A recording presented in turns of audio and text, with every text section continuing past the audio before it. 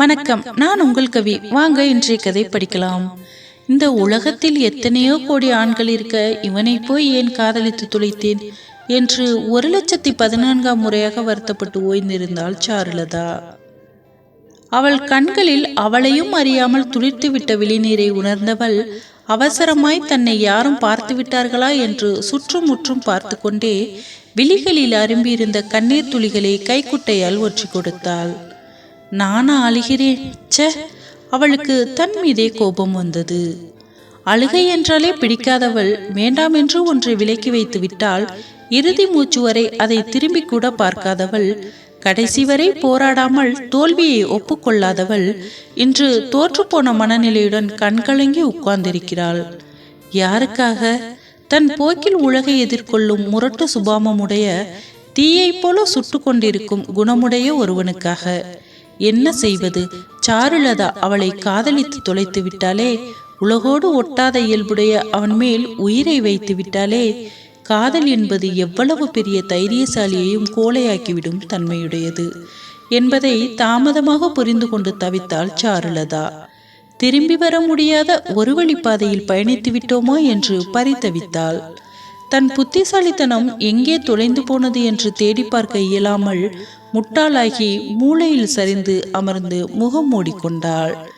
இத்தனை துன்பத்தையும் அவளுக்கு அளித்த தனஞ்சயன் தன் போக்கில் ஹோட்டலில் அமர்ந்து சாப்பிட்டு கொண்டிருந்தான். உனக்கும் சாருலதாவிற்கும் எதுவும் மனஸ்தாபமா? அவன் எதிரில் அமர்ந்து சாப்பிட்டு கொண்டிருந்த கிருஷ்ணன் வினவினான். ஒரு தாபமும் இல்லை, நீ முதல்ல கொட்டிக்கொள்ளும் வேலை கவனி என்றான் தனா. உனக்கு ஒரு தாபமும் இருக்காது என்பதை நான் ஒப்புக்கொள்கிறேன். நீ ஒரு அதிசய பிறவிடா.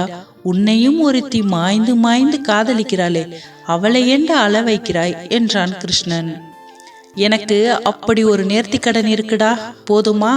நீ சாப்பிடத்தானே என் கூட வந்த வேலையை மட்டும் பாரு. தேவையில்லாம என்னோட பர்சனல் மேட்டர்ல மூக்க நுழைக்காத, அது எனக்கு பிடிக்காது என்றான் தனா. உனக்கு எதுதாண்டா பிடிக்கும்? அட்லீஸ்ட் அந்த சாருலதா பெண்ணையாவது பிடித்திருக்கிறதே என்று சந்தோஷப்பட்டேன். இப்போது அதற்கும் வேட்டு வைத்து கொண்டிருக்கிறாய் என்றான் கிருஷ்ணன். அது ஏண்டா? அடுத்தவனின் அந்தரங்கத்தை தெரிந்து கொள்ள அத்தனை பேரும் ஆளா பறக்குறீங்க. நீ என்ன வேண்டுமானாலும் சொல்லிக்கொள். நான் இந்த சென்னையில் கால் பதித்த நாள் முதலாய் 6 வருடங்களாய் உன்னுடன் ஒரே அபார்ட்மெண்ட்ல குடியிருக்கேன். ஒரே ஆபீஸ்ல ஒன்னா வேலை செய்கிறேன். என்னோட சுக துக்கத்தை வாடகையோட சேர்த்து உங்கூட ஷேர் பண்ணி கொண்டிருக்கிறேன். 1 மினிட் கிரிஷ், நான் வாடகையை மட்டும்தான் இதுவரைக்கும் உங்கூட ஷேர் பண்ணியிருக்கேன். என்னோட சுக துக்கத்தை என்றைக்குமே மற்றவங்க கிட்ட நான் ஷேர் பண்ணி கொண்டதில்லை. டேய், நான் உன் நண்பன்டா. நான் மட்டும் என்ன உன்னைய எதிரி நான் சொன்னேன் என்றான் தானா. என்னை கூட ஏண்டா பிரித்து பார்க்கிறாய் என்றான் கிருஷ்ணன். இந்த உலகத்துல நான் தனியாத்தான் பிறந்து வந்தேன், தனியாத்தான் போக போறேன். இதுல ஊடே வரும் எதுவும் நிரந்தரம் இல்லை. இடையில் வாழும் காலத்தில் இந்த உலகத்தோடு இசைந்து வாழ்ந்தாதான் என்னடா என்றான் கிருஷ்ணன். எனக்கு அவசியமில்லை. சாருலதாவை போன்ற ஒரு புத்திசாலி பெண் உன்னை உயிருக்குயிராய் காதலிக்கிறாள். நீ அவளை பற்றி கொஞ்சம் நினைத்து பாருடா தனா என்றான் கிருஷ்ணன். அவள் என்னை காதலித்தால் அதற்காக நான் நானாக இல்லாமல் மாற வேண்டுமா? என்னை காதலின்னு நான் அவகிட்ட போய் கேட்டேன். அவளாதான் வந்து காதலித்தாள். அதற்கு நான் பொறுப்பாக முடியாது. இது ஒரு பேச்சாடா தனா? எனக்கு இப்படித்தான் பேச வரும் என்றான். மாற்றிக்கொள் தனா. அது என்ன தேவைக்கு? உனக்காக இல்லாவிட்டாலும் சாருலதாவிற்காகவாது மாறுடா. அவள் என்ன பெரிய இவளா? உன் காதலிடாதனா? இது என்னடா பெரிய துன்பமா போய்விட்டது? சும்மா நொய்யி நொய்யின்னு சதா பேசிக்கொண்டே இருக்கிறாள். அதற்கு நான் பொறுமையாக வேற போட வேண்டுமாம் என்றான் தனஞ்சயன். அதில் என்னடா உனக்கு கஷ்டம்?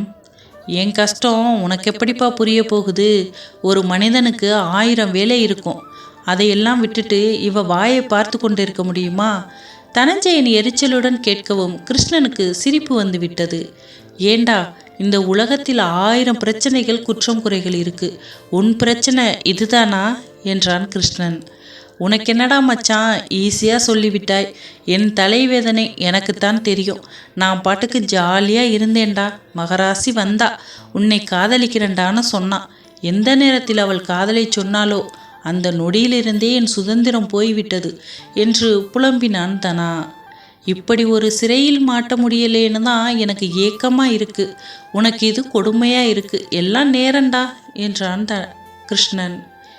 ஏன் இவ்வளவு சொல்கிறவன் நீ போய் அவளை காதலிக்க வேண்டியது தானே என்றான் தனா. சொன்னேனே, என் காதலை அவளிடம் சொன்னேனே. அவள் சிரித்து கொண்டே மறுத்து விட்டாளே. தனஞ்சயனின் மனதில் தென்றலடித்தது. அவனுக்கும் அது தெரியும். யாருக்கும் வளைந்து கொடுக்காமல் நிமிர்ந்த நடையும் நேர்கொண்ட பார்வையுமாக இருக்கும் சாருலதா தன்னிடம் மட்டும்தான் மண்டியிடுகிறாள் என்பது. ஆனால் அதையும் மீறி அவர்கள் இருவருக்கும் இடையே சமீப காலமாய் அனலடிக்கும் வாக்குவாதங்கள் தோன்றிக் கொண்டிருந்தன. அலையடிக்கும் கடலாய் சில சமயம் அவள் கொந்தளித்தாள், சில சமயம் அவன் அவளை தூக்கி எறிந்தான். எல்லாம் சமயங்களிலும் அவன் உடைந்து விடாமல் நிலைத்து நிற்க சாருலதா மனம் உடைந்தாள். தன் திடம் குலைந்து சரிந்தாள். அவள் படும் வேதனை தனஞ்சயன் புரிந்து கொண்டானோ இல்லையோ, கிருஷ்ணனுக்கு புரிந்தது. அவள் மேல் மனதிற்குள் இரக்கம் சுரக்க அவள் சார்பாய் தனஞ்சயனிடம் பரிந்து பேசினான். எவருக்கும் கட்டுப்படாத இயல்புடைய தனஞ்சயன் சில சமயம் அவனுக்கு பதில் சொல்வான். சில சமயம் நீ யார் என் விஷயத்தில் தலையிட என்று மூக்கை உடைப்பான். சாருலதாவின் சோர்ந்த முகத்தை தன் நினைவில் கொண்டு வந்து நிறுத்தி தன்னை தேற்றிக்கொண்டு கிருஷ்ணன் விடாமல் தன் முயற்சியை தொடர்வான். அன்றும் அது போலத்தான். தொடர்ந்து ஒரு வாரமாக தனஞ்சயன் சாருலதாவிடம் முகம் கொடுத்து பேசாமல் போர் முரசு கொட்டிவிட சாருலதா அதிகமாக மனமுடைந்தாள். அவளது கண்ணீர் முகத்தை காண சகிக்காமல் கிருஷ்ணன் தனஞ்சயனிடம் பேச ஆரம்பித்திருந்தான். அவள் என்னை காதலிக்கிறாள் என்பதற்காக நான் அவளுடைய அடிமை போல என்னை அவள் ட்ரீட் பண்ணக்கூடாதுடா கிருஷ் என்றான் தனஞ்சயன். எனக்கு என்னவோ வேற மாதிரி தோணுது என்றான் கிருஷ்ணன். எப்படி? அவள் உன்னை காதலிக்கிறாள் என்பதற்காக நீ அவளை உன் அடிமையாக நினைக்கிறாய் என்று. உளராதே, இதுதான் உண்மைதானா? உன் மனசாட்சியை கேட்டுப்பார். நான் சொல்வது உண்மை என்று அது சொல்லும் என்றான் கிருஷ்ணன். என்னை கார்னர் பண்ணுவது மட்டும் சரியா என்றான் தனா. எதை வைத்து நீ இப்படி சொல்கிறாய்? தனா, உனக்கே தெரியும், அவள் புத்திசாலி, அதிகம் யோசிப்பவள். அவளுக்கு பிடிக்காத எதையும் கோடி ரூபாய் கொடுத்தாலும் செய்ய மாட்டாள். யாருக்கும் பணியாதவள் உன் அன்பிற்கு பணிகிறாள். அதை நீ எளிதாய் எடை போடாதே என்றான் கிருஷ்ணன். நீ அவளை பற்றி அதிகம் பேசுவது எனக்கு பிடிக்கவில்லை. பொறாமை. இது காதலில் இருக்க வேண்டிய ஒன்றுதான் தனா. உன்னை விட நான் வசதியானவன். அவள் மட்டும் என் காதலை ஏற்றுக்கொண்டிருந்தால் ஒரு மகாராணியைப் போல் அவளை வாழ வைத்திருப்பேன். ஆனால் அவள் என்னை புறக்கணித்தாள், உன்னை விரும்பினாள். நீ அவளை உன் காலடியில் பட்ட தூசியாக நினைக்கிறாய். இது சரியில்லை, அவ்வளவுதான் நான் சொல்வேன் என்றான் கிருஷ்ணன். ஏண்டா, ஞாயிற்றுக்கிழமை கூட மனிதனை நிம்மதியா இருக்க விட மாட்டியா? மற்ற நாட்களில் அவள் என் உயிரை எடுக்கிறாள், ஞாயிற்றுக்கிழமைகளில் நீ என் உயிரை எடுக்கிறாய். நீங்கள் 2 பேரும் ஒரு முடிவோட தான் இருக்கீங்களா? தனஞ்சயன் கோபத்துடன் பாதி சாப்பாட்டில் எழுந்து கொள்ள போனான். அவன் கையை பிடித்து அமர வைத்தான் கிருஷ்ணன். என் மேலிருக்கும் கோபத்தை என் மேல காமி, சாப்பாட்டின் மேல் காமிக்காத. இந்த சாப்பாட்டுக்காகத்தான் நம்ம இத்தனை பாடுபடுறோம், சாப்பிடு என்றான் கிருஷ்ணன். தெரியுதில்ல, நாள் முழுவதும் உழைக்கிற மனுஷனை ஒரு வாய் சாப்பிட கூட விடாமல் அவள் வந்து உயிரை எடுத்தால் எனக்கு கோபம் வருமா வராதா? ஓ, லஞ்ச் டயத்துல சாருலதா உன்னோட பேச வந்தாளா? ஆமாம், சாப்பிட்டு கொண்டிருக்கிறேன், அப்புறமா வா பேசலான்னு சொன்னா முகத்தை 3 முழத்துக்கு தூக்கி வைத்து கொண்டிருக்கிறாள். மனுஷனுக்கு எப்படி இருக்கும்? அவள் சாப்பிட்டு விட்டாளான்னு நீ கேட்டியா? அதெல்லாம் கொட்டிக்கொள்ளாமல் தான் என்னிடம் பேச வந்தாள்.